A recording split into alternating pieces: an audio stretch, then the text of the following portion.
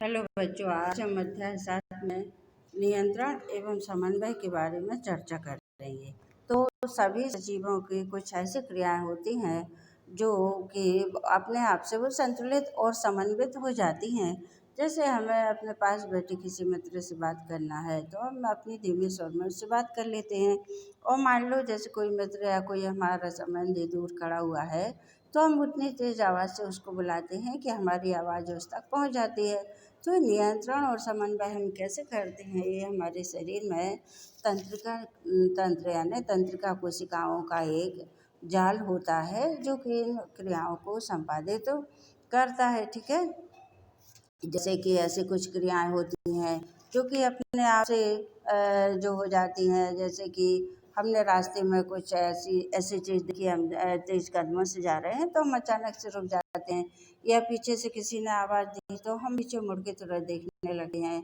या मान लो जैसे हमारी आंखों पर रोशनी आई तो रोशनी के आते ही हमारी आंखें बंद हो जाती हैं, या जो भूख लगी हो रही है या किसी प्रिय वस्तु को देख के हमारे मुंह में पानी आ जाता है। ठीक है, तो ऐसी कुछ क्रियाएं होती हैं जो कि हमारे शरीर में अपने आप से होने लगती हैं। तो ऐसी क्रियाओं को प्रतिवर्ती क्रियाएं कहते हैं। ठीक है, प्रतिवर्ती क्रियाएं कहते हैं जिनका कि हमारे शरीर के तंत्र द्वारा जिन पर नियंत्रण किया जाता है। ठीक है, तो इन सब क्रियाओं को कैसे हमारा जो है शरीर कैसे इनको समन्वित करता है, तो इसके लिए हमारे शरीर में तंत्र पाया जाता है जो कि बहुत ही तीव्र गति से इन आवेगों को ग्रहण करता है। ठीक है, जैसे कि कोई गर्म वस्तु पर हमने हाथ रखा तो गर्म वस्तु को छूते ही हमारे हाथ में दर्द होने लगता है, और गर्म वस्तु पर हाथ पड़ते ही हमारा हाथ वहाँ से हम हटा लेते हैं।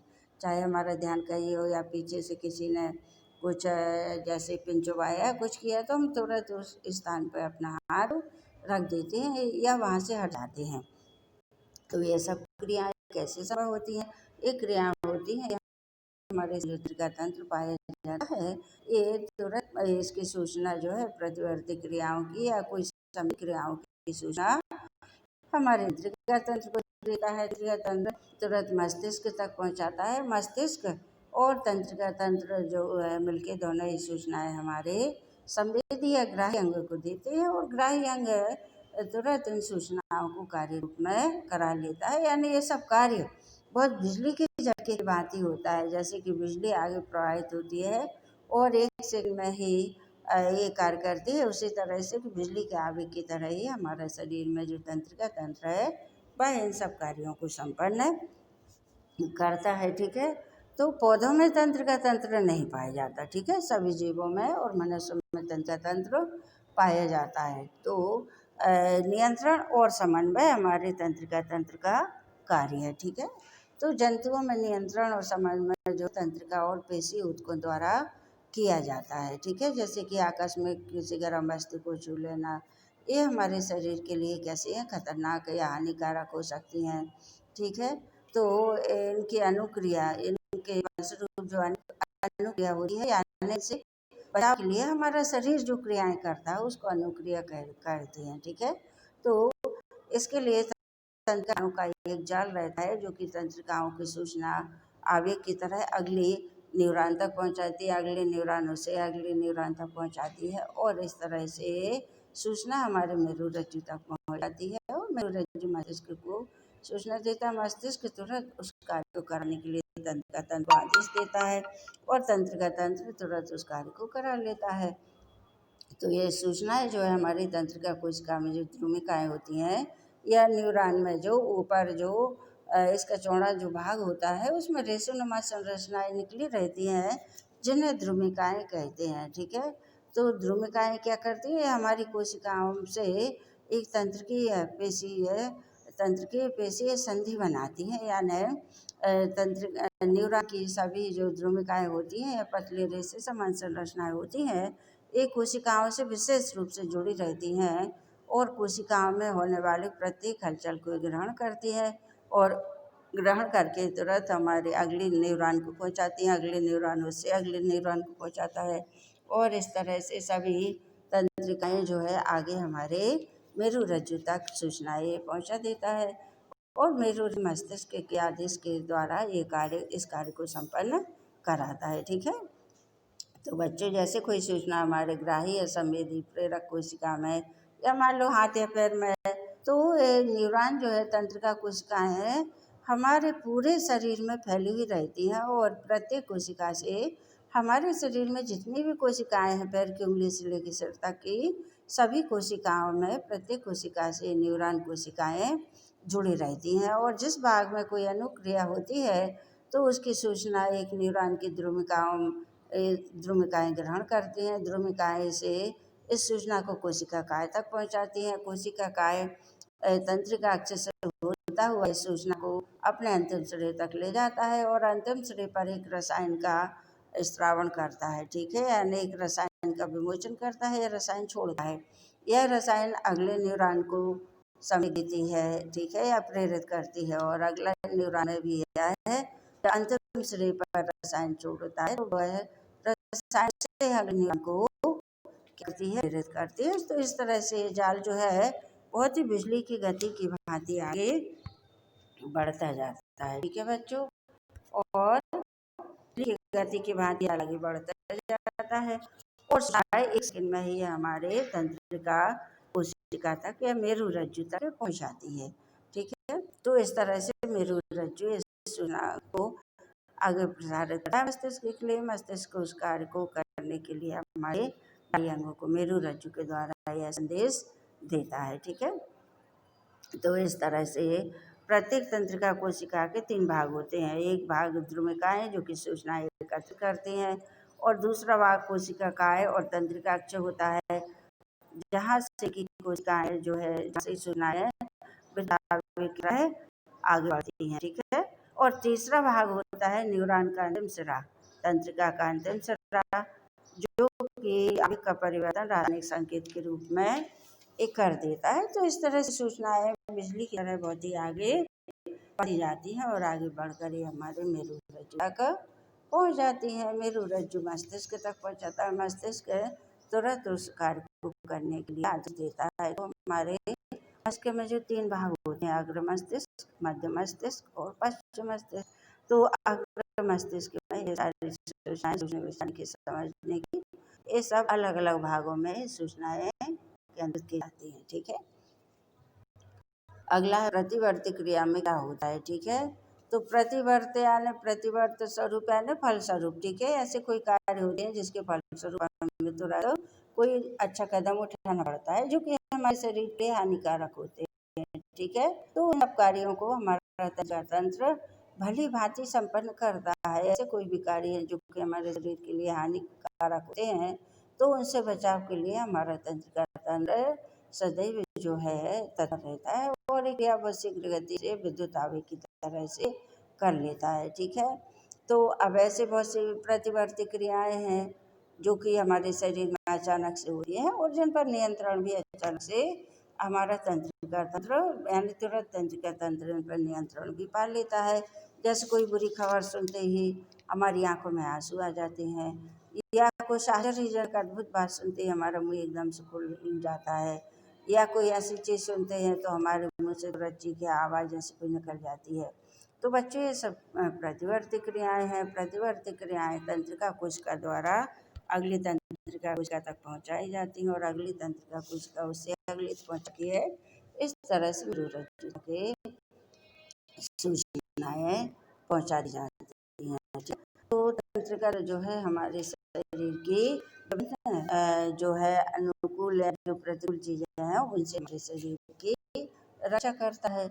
तो जैसा कि ये चित्र में दिया हुआ है संख्या 129 पर, तो इसमें आप देखिए, मान लो हम किसी कहीं और हमारा ध्यान है कुछ और काम में लगे हुए हैं, तो क्या होता है कि जैसे मान लो कोई गर्म वस्तु है, हमको इसका आभास नहीं था, अचानक से हमारा हाथ गर्म वस्तु पे पड़ जाता है, तो इसकी सूचना तुरंत संवेदी तंत्रिका कोशिका द्वारा हमारे मेरुरज्जु तक पहुंचाई जाती है और मेरुरज्जु जो होता है इसकी सूचना मस्तिष्क को ये संदेश दे देता है।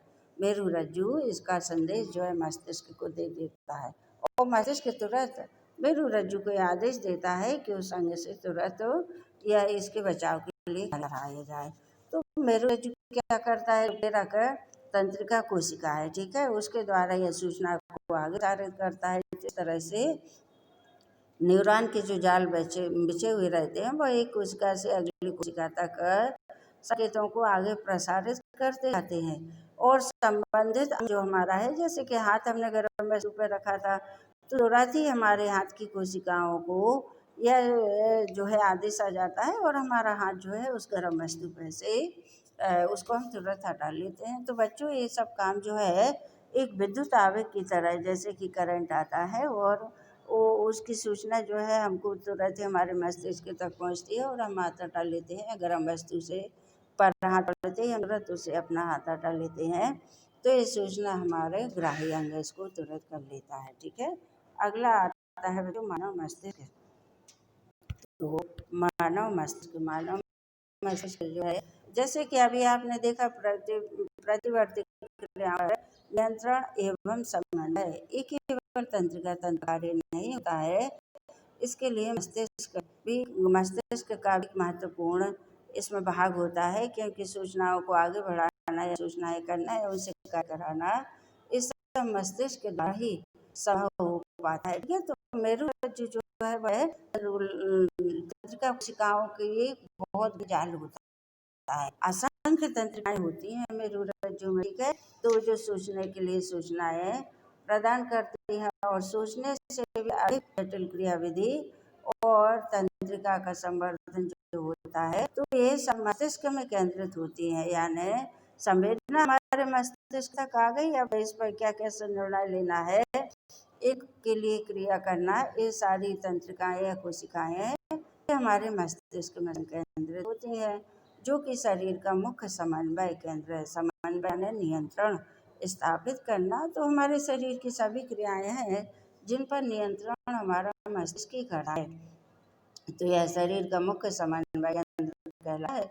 मस्तिष्क और मेरुरज्जु दोनों मिलके केंद्रीय तंत्रिका तंत्र बनाते हैं। मस्तिष्क और मेरुरज्जु दोनों मिलके केंद्रीय तंत्रिका तंत्र बनाते हैं और ये शरीर के सभी भागों से सूचनाएं इकट्ठी करते हैं और उनका समाकलन करते हैं, और जहाँ जिस अंग से कार्य कराना होता है तुरंत उस अंग के प्रेरक तंत्रिका कोशिका को ये आदेश देती है। तो इस तरह से सूचनाएं एक न्यूरॉन से दूसरे न्यूरॉन में शीघ्रता शीघ्र ही प्रसारित होती रहती हैं, ठीक है बच्चों।